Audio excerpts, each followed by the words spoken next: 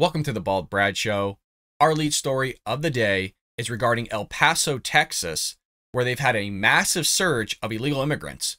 And well, all of a sudden, they're cleaning up the area ahead of Joe Biden's visit. Now, a lot of people are saying, well, they just want to clean it up so Joe Biden doesn't actually see what's going on. He's not getting a clear indicator of what's really happening under the hood. But I think it's more so the fact that with the president comes a lot of press, a lot of cameras, and he doesn't want this displayed on the world stage for everybody to see what type of shenanigans have been going on for at least 2 years here under Democratic rule.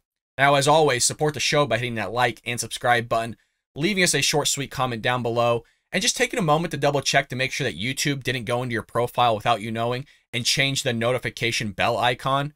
So make sure it says all notifications, folks. Make sure they didn't do any shady business without you knowing. Your help and support would be greatly appreciated. Well, illegal immigrants in El Paso, Texas, have now been arrested. Their camps have been taken down, and some have been sent back to Mexico in the week leading up to President Biden's first visit to the border during his term. He's taken 2 years to do this, folks. Record illegal immigration, and now the man does it. He's actually been down to the border states and still didn't visit the border, so things have gotten so bad that now he's basically being forced by his own party to do so, but yet they're cleaning it up. This is very reminiscent of what I expect when the Olympics happen in Los Angeles, where you have a quarter of the homeless population in one county. Yes, one county, not one state, just one county. And I expect them to be clearing everybody out so that when the cameras come and all the different countries come and all their cameras, their photographers, their reporters, they don't have this displayed on the world stage on how terrible Democrats run things. Very similar situation here. El Paso, the epicenter of the border crisis, saw an upsurge of 2,500 illegal immigrants crossing the border every day in mid-December. Videos show authorities patrolling and arresting illegal immigrants sleeping on city streets outside a bus station and the Sacred Heart Church shelter. Quote, people are saying that if you are out in the streets, the Border Patrol will get you and deport you because the president is coming to El Paso and they want to show him the reality of things. This comes from Maria Rodriguez, a Venezuelan who is living in a dumpster for 3 days. And this was according to the New York Post. Quote, I hope we get shelter tonight because it took us a lot of courage to go out of that dumpster after 3 days. We just don't want to keep running. All we are asking is for one chance. One Border Patrol agent told the Post that 200 illegal immigrants were sent back to Mexico on Saturday. President Biden is scheduled to visit El Paso Sunday afternoon, much to the dismay of some Border Patrol agents who say it is a little too late. Yeah, I would say so. You think you would have done more of this maybe in year one of seeing this massive uptick in this surge, but we know that his base Democrat Party just spent 4 years calling Trump a xenophobe, right, a racist for doing all these things. And well, the press wasn't having it either. The press was going back. A lot of people like the New York Post were calling him out. Humanitarian aides and people that are pushing kind of the nonprofits for humanitarian organizations are going after Joe Biden for how bad he's treating illegal immigrants and how bad he's handling the border. So now his own people are starting to turn on him. Things have gotten so bad. National Border Patrol Council President Brandon Judd told Fox News Digital in a recent interview that agents are beyond frustrated that he allowed this issue to get as bad as it is. He's not coming to the border on his own accord. He would have done that a long time ago if that was the case, if he was going to do it on his own accord. Basically, he's being forced to do it, folks. He's being forced to do it. When your own party starts turning their backs on you and you're going to run in 2024, all of a sudden, right, he's going to be making some big changes here 2 years later after you just have a massive bleep storm take place. And some of the Democrat Party are pushing for amnesty. They're calling it a pandemic amnesty. Where, yeah, you know, hey, we got over like 25 million people here illegally. We can't spend the money to send them all back. So we might as well just give them amnesty and not solve anything at the border. All the while, the White House is saying, oh, well, we have this immigration reform that Joe Biden's had since day one. This comes from Karine Jean-Pierre herself at the White House press briefings, saying, well, you know, he's had this immigration reform. We're asking for basically $3.7 billion to fix what's going on down there. All the while, none of it fixed the situation of this massive inflow whatsoever.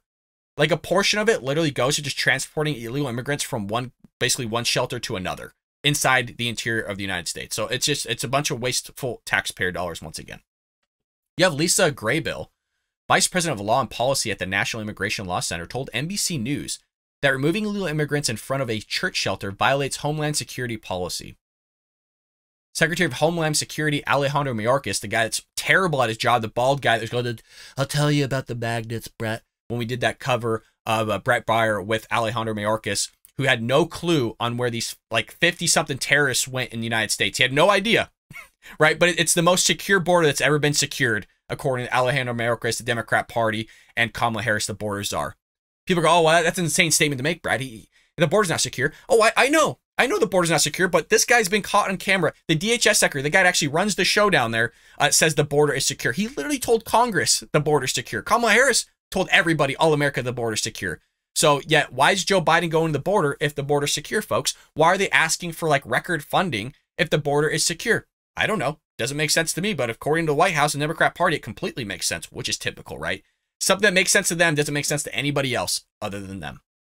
Well, this is a memo from 2021 in October stating that illegal immigrants should not be arrested at shelters or shelter-like places of worship and courthouses, according to the outlet.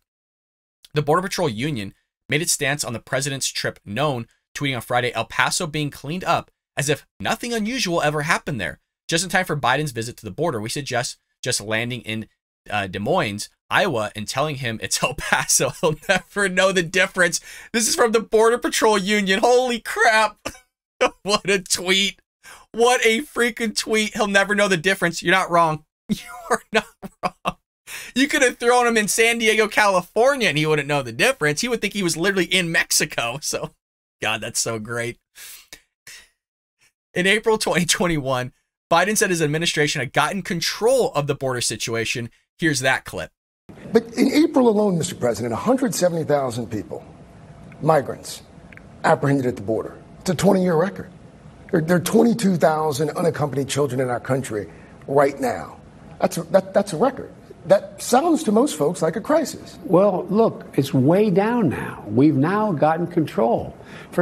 So there you have Joe Biden not having a clue what the heck's going on at the southern border. He's going to go to the border and still not have a clue what's going on. He's like, oh, well, it's not as bad as everyone's telling it. It is. I don't see anything weird. I don't even see an illegal immigrant. Yeah, Joe, because they sent them all back, buddy. Okay. And by the way, you're president of the United States. Just the other day, he called Kamala Harris president again. The dude doesn't have a clue. Not an iota of what's going on. He's not pulling the strings here, folks. I think we've all come to terms that he's not the actual president. Somebody else is running the show behind the scenes, which is why he's referring to everybody else as president of the United States other than himself. Biden announced the stop while unveiling border initiatives, saying, I know that immigration is putting a real strain on the border and on border communities. Do you, Joe? Do you? Because it's taken you 2 years to solve this challenge of which you call, and everybody else calls a crisis, including your own people, like New York City Mayor Eric Adams. So, I mean, other people are calling it a crisis other than Joe Biden in the White House. Quote, the actions we're announcing today will make things better. Will make things better, but will not fix the border problem completely. There's more that has to be done. If your terms of making things a little bit better, sure, I'll go with you. There's some truth to that, make things a little bit better. But I love how he throws in there, well, it's not going to solve it completely. No, it's not going to solve it at all, man. It's not going to change a damn thing whatsoever. But hey, just continue to waste our money. Continue to pull this political shenanigans, of which they're going to blame Republicans for all this. It's so typical what they're doing. It's such a bleep storm. It's actually affecting other states. If you haven't already, folks, hit that like and subscribe button. Leave us a comment down below. Moving into our next story of the day, we got Ron DeSantis declaring state of emergency, calls for activation on Florida National Guard due to influx of unauthorized aliens. So as we said in the first segment, Joe Biden's going to visit El Paso. He's saying that he's putting in immigration reform that's going to help things. It's going to make things a little bit better, but it's not going to fix the problem completely. And this whole problem has now affected other states. Obviously, Arizona with Doug Ducey. You got Texas with Governor Greg Abbott. You got Florida with Ron DeSantis here, all being affected. And all three states have been chauffeuring these illegal immigrants to the interior of those other states, the sanctuary cities. And now those sanctuary cities are also losing their crap as well on Joe Biden. Well, here, Florida Governor Ron DeSantis has declared a state of emergency related to the arrival of unauthorized aliens in Florida. The executive order calls for activating the National Guard, specifically the Florida National Guard, as necessary to handle the emergency. Quote, because of the foregoing conditions, I hereby find the immigration of authorized aliens to the state of Florida is likely to constitute a majority disaster. I therefore declare that a state of emergency exists in the state of California, the executive order declares. I order that adjunct general to activate the National Guard as needed to deal with this emergency. Now, it's very similar. I believe it was Governor Greg Abbott of Texas actually called on the Texas Constitution to basically implement the military, the National Guard, in effect, of the state of Texas to help with what's going on at the southern border. It helps basically put certain assets at the border that basically the federal government wouldn't allow. It's a step further in what states are doing to basically handle this border crisis, in the same way that it was either Arizona or Texas was putting those containers that you would see on trucks along the border to help alleviate the issue of what's going on down there. And then you literally had the White House say that you have to remove those because it's on federal land. And then you had the environmentalists say that it was ruining the environment to put those there, and that they had to remove them because, again, it's on federal territory. You're not allowed to do that as a state. You're going to have to basically get rid of it and then just allow whatever happens to happen. All the while, the messaging of the White House was, oh, well, we'll help you build what's down there. We're going to take care of you. We're willing to work with you. Folks, that was like 2 years ago. They haven't heard a peep from the White House with what's going on down there in Arizona and Texas. I forget which state was building this. So that's the shenanigans going on. And basically the state was like, we're not removing it. Like, we're going to keep it there until you guys keep your end of the bargain and actually build something like you said you're going to build. But they can't build it, remember? Because the whole Nancy Pelosi thing between Trump was, well, we can't call it a wall. It's a fence, and fences don't work. Fence are irrelevant. They don't do anything. So they can't go with this whole narrative of like, oh, we're going to build a wall after you just spent 4 years calling the guy that was building a wall a racist and all these other things. The party was racist. How you're treating illegal immigrants is terrible. It's deplorable, right? You had AOC going down there taking photos and saying, well, they're drinking out of toilets when the faucet was linked to the toilet. And we have the most drinkable water that you've ever seen on the face of the planet. Like the water that comes out of your faucet also goes in the toilet, but they were linked together. And she's making it seem like they're drinking out of toilets. So you don't see AOC down there fabricating photos anymore. It's amazing how that works out, right? It's amazing as if we don't have the memory and the cognitive brain span to actually go back a few years and look at that idiot going to the border and making up actual photos of her standing in front of a chain link fence in the middle of a parking lot that there's nobody there. But nobody brings that up anymore. Because again, the news cycle just switches like that. The move comes as a massive number of immigrants continue to inundate America's southern border. U.S. Customs Border Protection reports massive numbers of Southwest land border encounters month after month. Florida has been experiencing immigrants arriving by water. During the past 24 hours, Border Patrol agents and LE partners responded to 5 migrant landings and encountered 90 Cuban migrants in the Florida Keys. The migrants arrived on rustic vessels, and residents notified local authorities. Speaking of residences, the ranchers in Texas and Arizona, if there are some, as far as population-wise in Arizona that kind of correlate to Texas as well, they're seeing like hundreds of dead bodies on their property every single year. I would be curious to see what the actual update is on this, because when we reported on that was like a year and a half ago, where they would see like 1 or 2 every now and then. They're seeing like hundreds on their property every single year now, and the government's not even helping them with it. Yeah, you'll figure it out, just leave them there, it's fine. No big deal. So that's what's going on in Texas. Stuff is wild, you guys. It is so wild what gets underreported from these major news sites. That's why you got to hit that like and subscribe button and make sure that bell notification's on, because we're giving you all the details here on the Bald Brad Show. We're going to make sure you're up to date. Well, you got a national park here, which is out to the west of Key West, Florida, was recently closed to public access because immigrants were arriving there, but it's slated to reopen January 8th. Isn't that just amazing how they're just closing our national parks that we pay federal taxpayer dollars to be able to utilize, but now the immigrants are actually utilizing it themselves? We can't bat an eye over that, folks. Nothing to see here, guys. In the same way Joe Biden going to El Paso, it's all clean miraculously. You've never seen El Paso any cleaner, folks. You literally got people probably swabbing the freaking poop decks out there in terms of cleaning the dirt, sifting it, making sure there's no needles or any debris there, make sure Joe Biden doesn't step in any human feces. It's going to be the cleanest area you've ever seen in your entire life because the president's showing up. And then when the president shows up, all of a sudden things got to look good. Well, speaking of immigrants affecting other states, if you recall, as I mentioned in the other segment, Doug Ducey and Governor Greg Abbott were busing illegal immigrants to New York, or basically these sanctuary cities. And before they would get on the bus, meaning these illegal immigrants, they would look at a form that was in their language, and they would get to decide where they want to go. Do they want to go to New York? Do they want to go to Washington, D.C.? They want to go to Philadelphia? All these sanctuary cities. And they would get to pick. It was volunteer. You don't have to get on the bus. Nobody's forcing them to do it. And they were sending them to New York City. Well, when New York City hit like 11,000, it might have been a little bit less, they declared basically a state of emergency. And Eric Adams, the mayor, came out and was asking New York City residents to literally house these people because it was destroying their infrastructure. They didn't have the capacity in New York City, one of the biggest cities in the entire world, specifically also in the United States, didn't have the capacity to actually take care of these people. And so they're asking, again, residents to house them. Well, it turned into them creating these shelters. And in these shelters, they literally had Xboxes for these illegal immigrants, like multiple plasma TVs all set up, phone. They get a revolving menu, 3-course meal, or at least 3 meals a day, I should say. Couches, coffee tables, laundry services.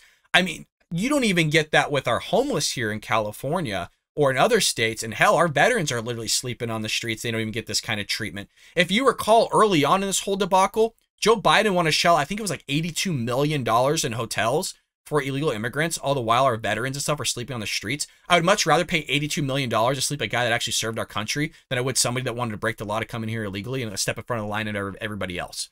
Well, this comes us to present day here, where Eric Adams, who has a right to shelter state, in other words, a sanctuary city, he's asking for $1 billion now.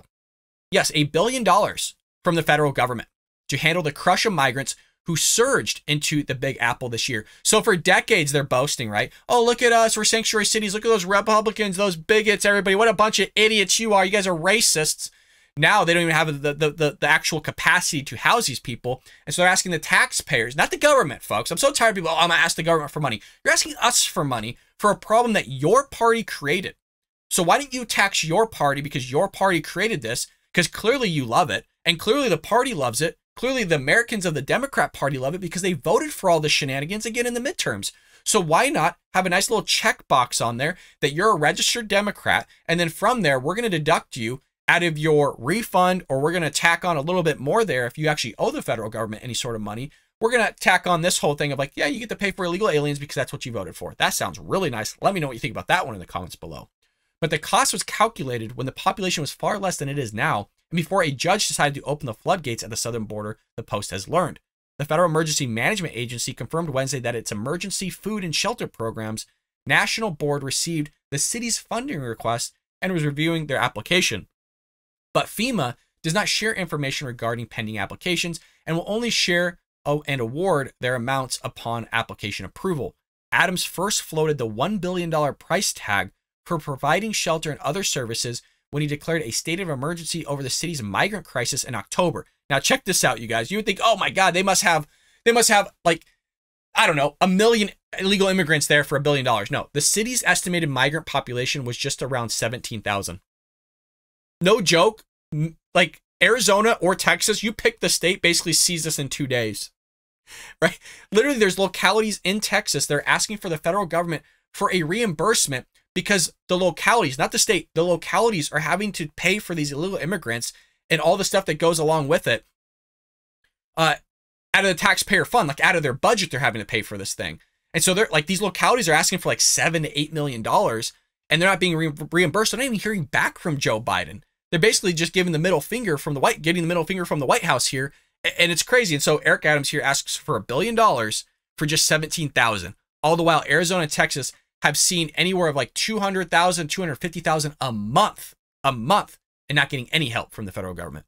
As of Sunday, that number has ballooned to more than 30,300 and over 20,900 living in taxpayer-funded shelters. Isn't that just lovely? But remember, according to the Democrat Party, these people don't siphon funds whatsoever. You know, it's a net positive, folks, for everybody and everything. It's amazing how much money we waste, you guys. It is so freaking head spinning. The migrant population is poised to further explode when the pandemic-related immigration restriction known as Title 42 gets lifted on December 21st. Now, a little bit of an old article here because we know that the Supreme Court extended Title 42, and I believe they hear arguments in a couple weeks, or at least a week or so. The ruling was appealed by President Biden's administration, with 19 Republican-led states also filing an emergency request Monday to stay the judge's orders. Now, what's interesting here is, yeah, you have the president appealing it, but you have the White House going, oh, well, we're just going to follow with the law. We're going to do what the law says in regards to Title 42. We'll make sure that we adhere to it all. And then you had Jackie Heinrich of Fox News going, well, you guys are the ones that wanted this to be abolished anyways. I mean, you're the ones that was pushing this whole thing of removing Title 42. So now all of a sudden you're going, well, we're just following the law here of getting rid of, and just blaming it on the judicial system for pushing this forward in terms of wanting to get rid of Title 42. So they did that for like a month or two. And then when the Supreme Court goes, we're going to extend it, they're going, oh, well, they have to go with the argument of like, well, we're just going to go with the Supreme Court wants. We're following the law here and everything like that. It's amazing that messaging, if you want to correlate it to Joe Biden, on how the messaging has gone so hard of like, we're following the law. We're doing everything we can. We're the most transparent White House it's ever been, right? Yet Karine Jean-Pierre always says she's being clear, but yet she's never being clear. You have Joe Biden says he's always followed the law, even when he was in the Senate.